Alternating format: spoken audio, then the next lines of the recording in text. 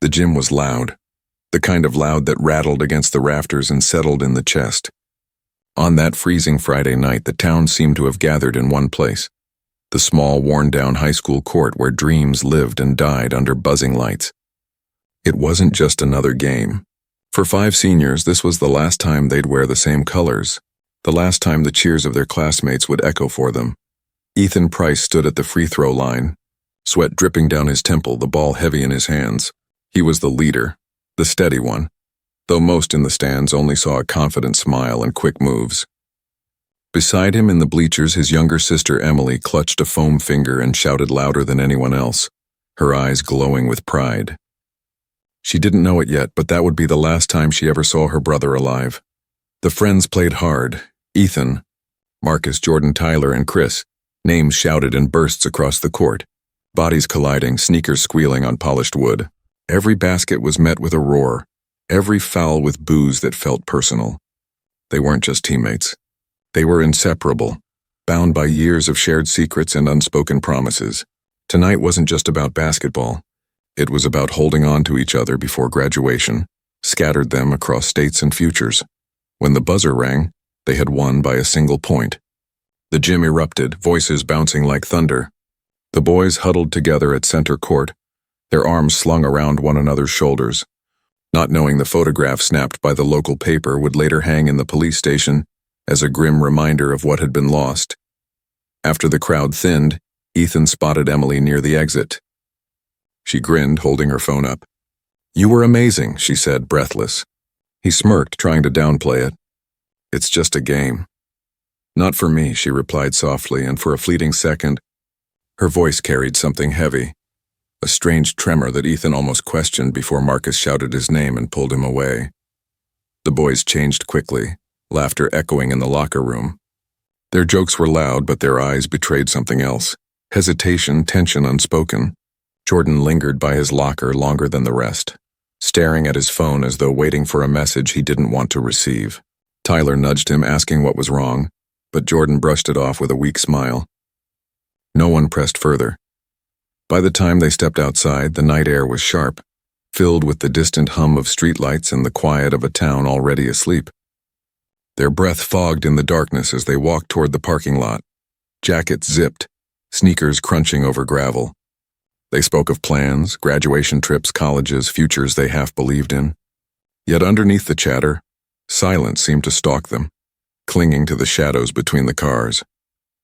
Emily watched from the school steps as her brother and his friends disappeared into the night. She noticed something odd. A dark van parked at the far edge of the lot, engine running, headlights off. For a moment she thought someone inside was watching, but when she blinked, the thought seemed silly. She turned away, convinced it was nothing.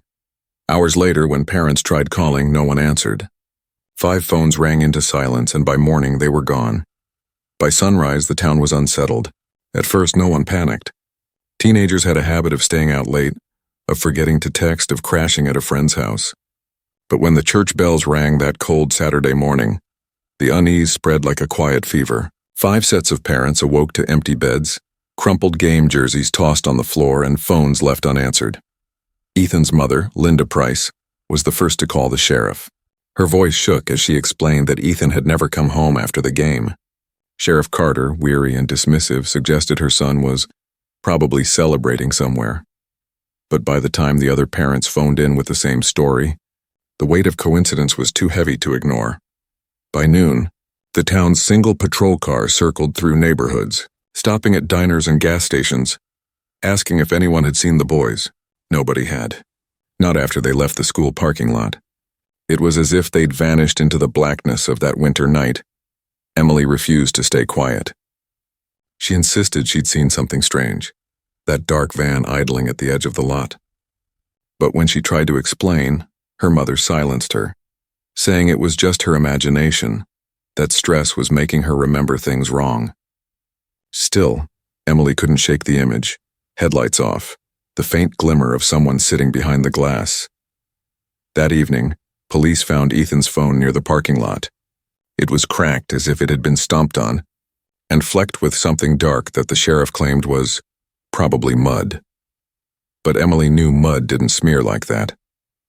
As night fell again, the gym where the crowd had cheered only hours before stood eerily silent. Flyers were already being printed, photos of the boys grinning in their jerseys beneath bold black letters.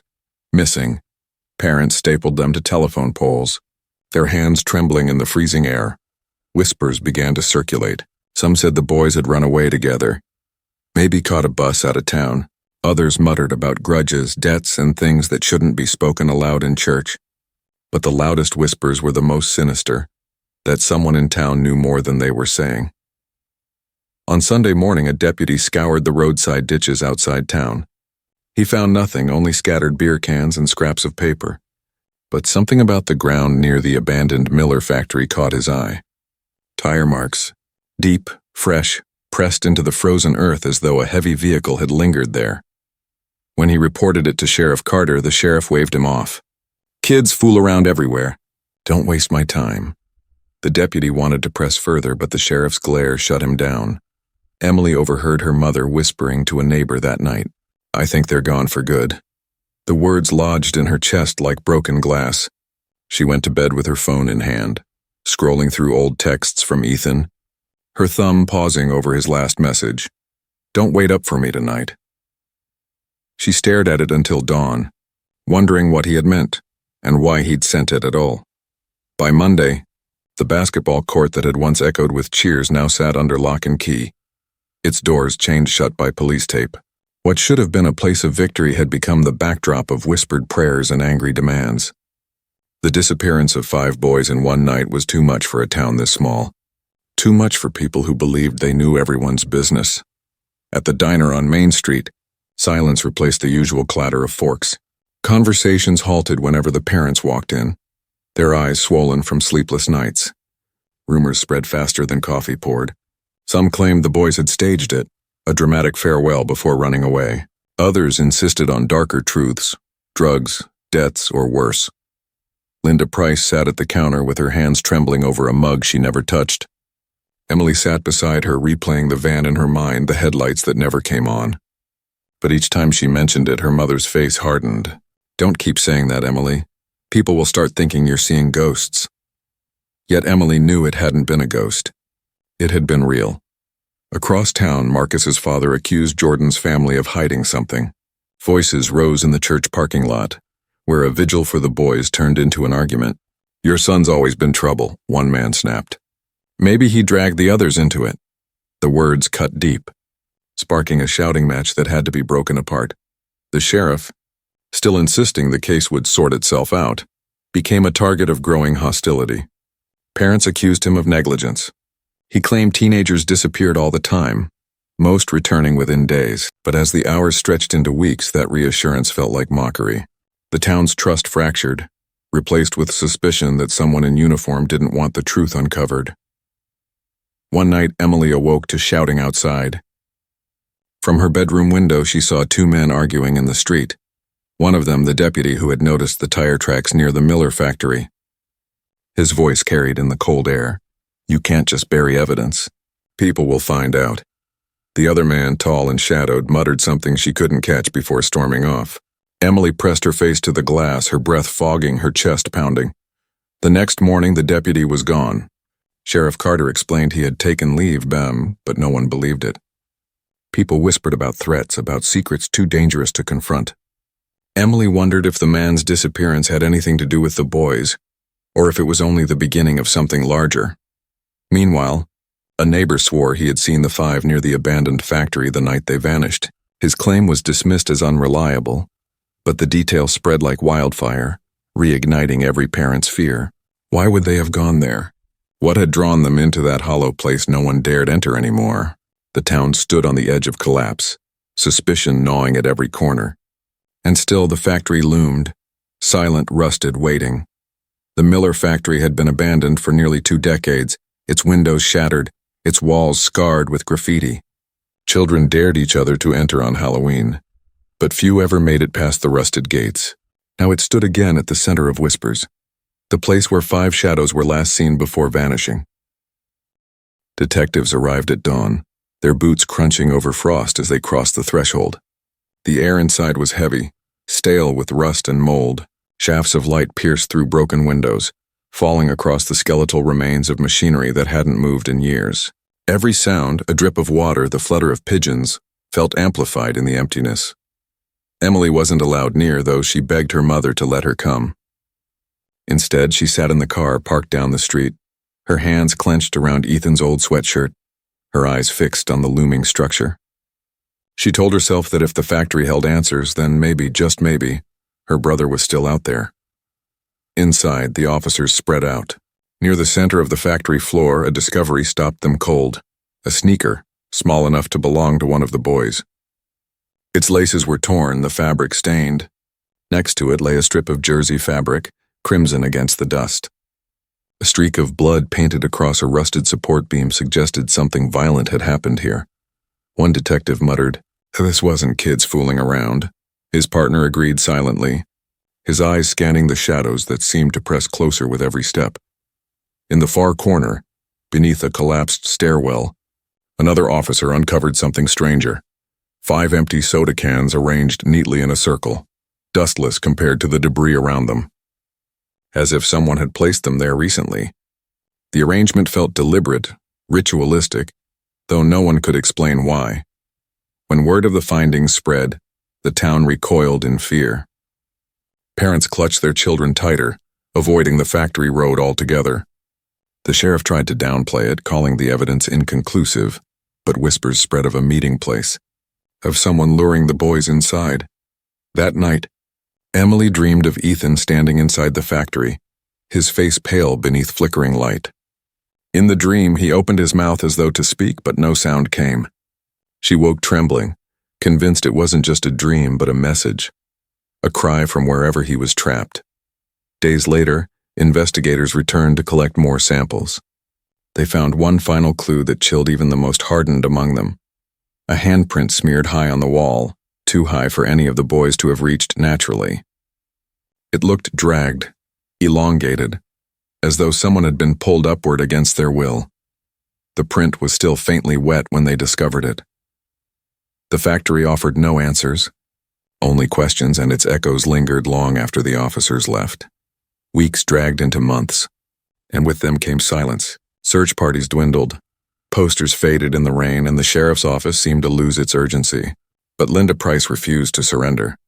Every morning she called the station. Every evening she prayed at the church steps with Emily by her side. Desperation hardened into resolve. When officials stopped looking, she hired someone who wouldn't. His name was Daniel Cross, a private investigator with tired eyes and a reputation for digging where others wouldn't dare. He arrived in town with a battered notebook and the kind of silence that made people uneasy. Unlike the sheriff, he didn't dismiss rumors. He listened to every voice, scribbled down every detail, and retraced the boys' last known steps with painstaking care. It didn't take long before he uncovered something overlooked, or perhaps ignored. The high school kept security cameras trained on the parking lot. The footage from that night had been logged, boxed, and filed away without review. Sheriff Carter had claimed there was nothing useful, but when Daniel insisted on seeing it for himself, the truth unraveled frame by frame. On the grainy black and white footage, the 5 friends could be seen laughing as they left the gym, their breath visible in the cold air. They crossed the lot together, pausing to talk before splitting toward their cars. Then, just seconds later, headlights flared in the corner of the screen. A van creeping into view. Its license plate had been deliberately scratched off, and the rear window blacked out. But Daniel noticed a detail others had missed. A decal in the corner of the windshield, faint but distinct. It was shaped like a wing, the kind given out years ago by a now-defunct local auto shop. His pulse quickened. The footage grew chaotic. The friends turned their heads, reacting to something off-camera. Ethan raised a hand as though signaling. Then the image distorted, static lines flickering and when it cleared, the lot was empty. The boys were gone. Daniel replayed it again and again, each time stopping at the decal. Someone in this town had to know that van. Someone had to recognize it. But when he presented his findings to Sheriff Carter, the sheriff's expression darkened. "You're wasting everyone's time," Carter said flatly, closing the file. "Old footage, bad angles. You'll only stir up more panic." His tone carried more than dismissal. It carried a warning. That night, Daniel sat in his motel room with the footage paused on his laptop. He lit a cigarette and leaned close to the screen, studying the blurred decal. He didn't know why, but his gut told him he was staring at the first real crack in the case. As the smoke curled above him, his phone buzzed. "A blocked number," he answered, and a low voice rasped. "Stop digging into the van. Some things aren't meant to be found." The line went dead. The discovery didn't come from detectives or the sheriff. It came from the church janitor, an old man sweeping beneath the pews on a quiet Wednesday evening. While replacing a broken floorboard near the altar, he uncovered something wedged in the dust. A leather-bound notebook, its edges frayed, its lock snapped. He turned it over, confused, before handing it to Father Morgan, who recognized the name scrawled inside the cover: Jordan Hale. Word spread quickly. Within hours, Daniel Cross had it in his hands. Sitting in his motel room, he flipped through the pages under the dim light, his cigarette burning low. It wasn't just a diary. It was a confession of sorts.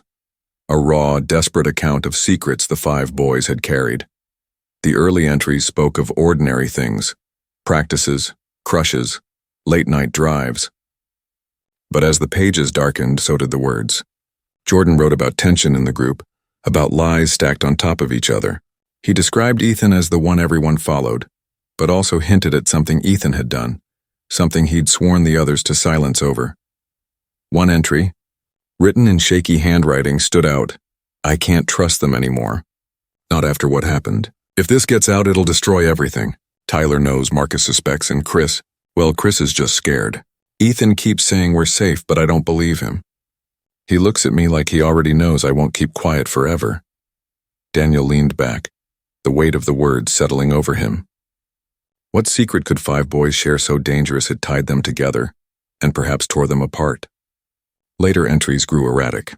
Jordan wrote of feeling followed, of seeing a dark van on more than one occasion. He mentioned a girl, unnamed, but the words carried longing and guilt. "She doesn't know. She can't know. If they find out I told her, it's over." The last page was the most disturbing. The ink smeared as though written in a rush. "If something happens to me, it won't be an accident. One of them will make sure I disappear." Daniel closed the diary slowly, his jaw tight. This wasn't just about a van. This was betrayal buried deep inside their circle. Forbidden love, manipulation, fear. And if Jordan was right, the threat hadn't come from outside. It had come from within. When Daniel presented the diary to the sheriff, Carter dismissed it again, calling it teen drama. But Daniel noticed the way the sheriff avoided his eyes, how quickly he tried to move the notebook out of sight, almost as if he already knew what it contained. That night, Emily sneaked into Daniel's room after her mother fell asleep. She begged to see the diary, and when he reluctantly handed it over, her hands trembled at one particular entry. She didn't say why.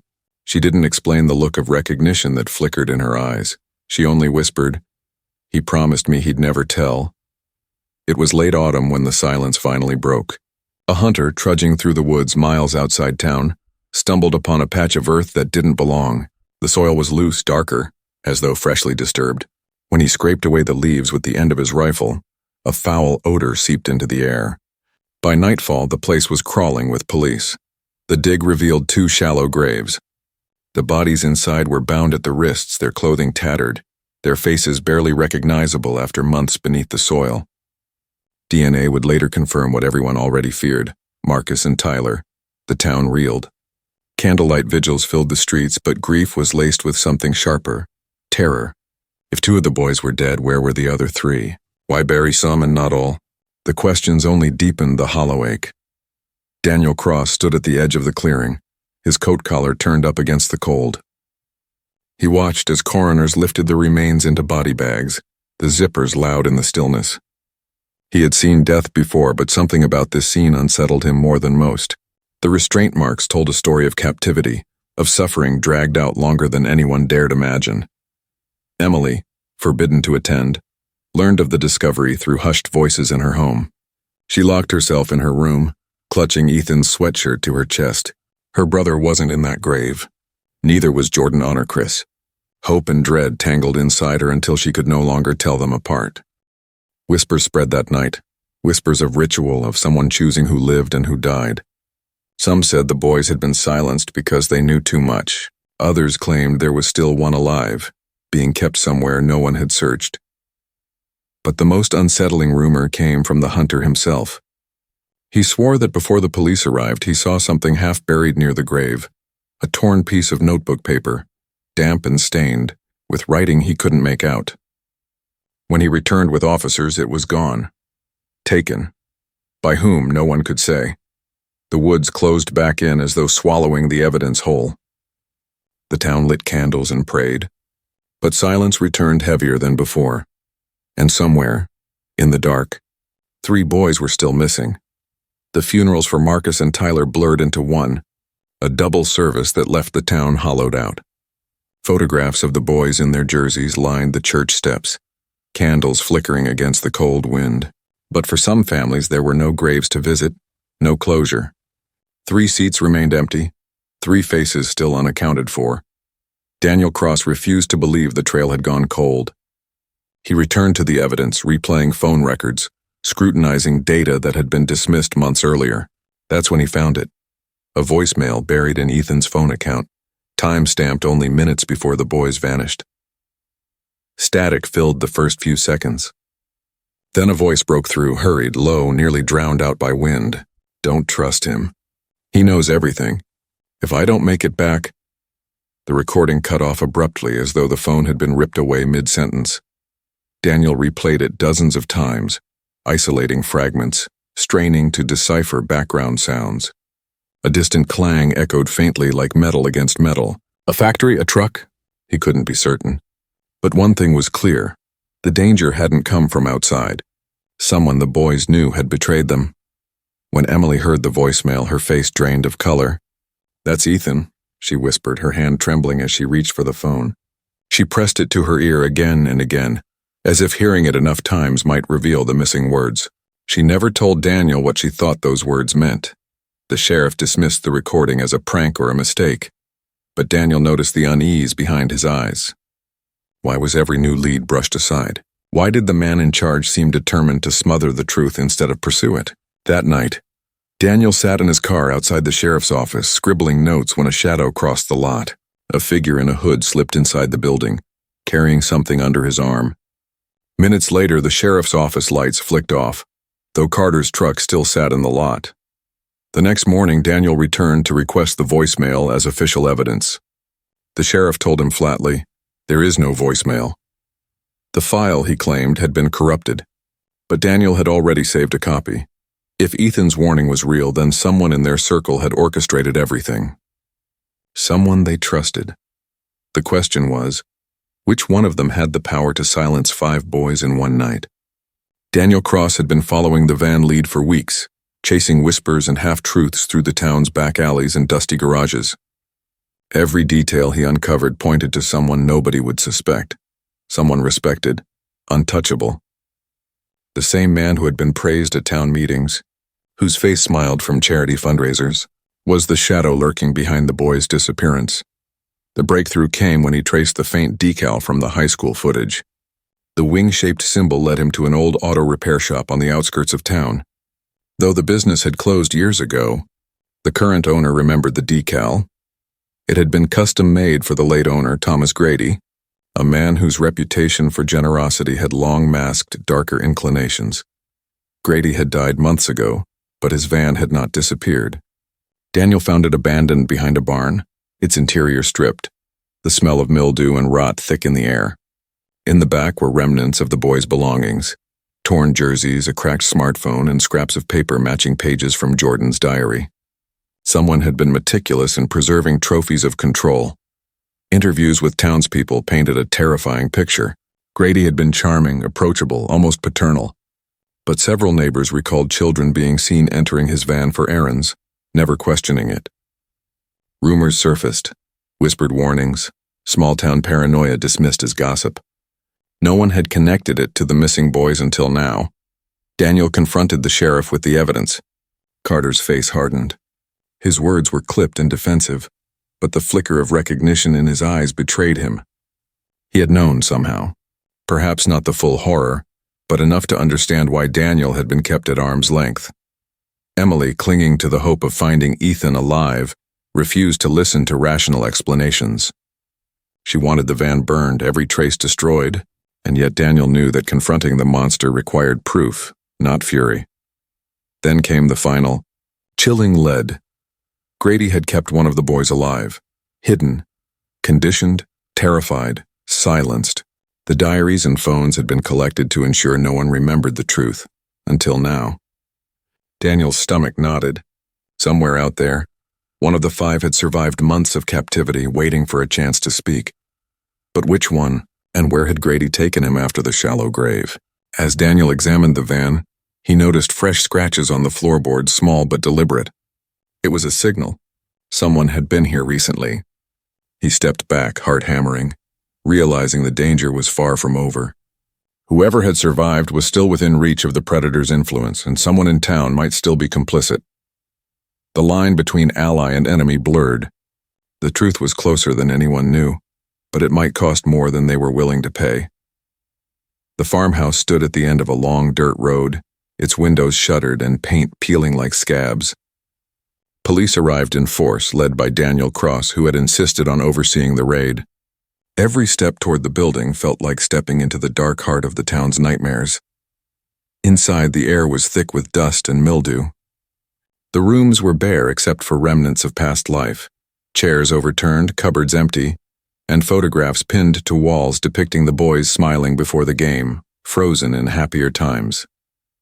Daniel's stomach twisted. This was the gallery of obsession. In the basement they found him, Ethan, alive but broken. He sat in the corner, knees drawn to his chest, eyes hollow, muttering fragments of words. His hands bore faint scars from months of restraint. Around him were more reminders of the predator's control. Scrapbooks, torn diary pages, and a small, worn Van Model with the same wing-shaped decal. When Daniel knelt beside him, Ethan's lips parted in a whisper. It was him. He knew everything. The room held its breath. No one asked who because they already knew. The walls seemed to close in, a suffocating echo of months of terror. Yet even with Ethan safe, a shadow hung over the town. Jordan, Marcus, Tyler, Chris. Only Ethan had survived. The others? Still unaccounted for. Emily, finally allowed to enter, pressed against her brother. She didn't speak, only listened as he repeated snippets of what had happened. Clues fragmented, some names whispered, others lost to trauma. She noticed something Daniel didn't. The way Ethan's eyes flicked toward a small, locked cupboard in the corner, as though aware that something crucial remained hidden. Outside, townspeople gathered. A mixture of relief and horror etched into every face. Candles flickered in the cold wind, but the light didn't reach all corners. Whispers began again, of conspiracies, of missed warnings, of the possibility that the predator had accomplices. The sheriff stood silent, a rare expression of unease on his face. Daniel carefully documented everything, knowing that what they had uncovered was only a fragment of the truth. There were more questions than answers. Why had Grady kept only one alive? Where were the other 3? And who, if anyone, in the town had helped him remain hidden for so long? As the raid concluded, Daniel noticed Ethan staring at a small envelope tucked under a floorboard. He didn't reach for it. He didn't speak. He only whispered again, "You need to see." "It's not over." The words hung in the air like smoke, heavy and suffocating. Outside, the night was quiet, too quiet. Somewhere in the darkness, the unanswered questions waited, patient, and the town realized that surviving wasn't the same as escaping. The story of 5 friends was far from finished, and what turned up was chilling, but only the beginning.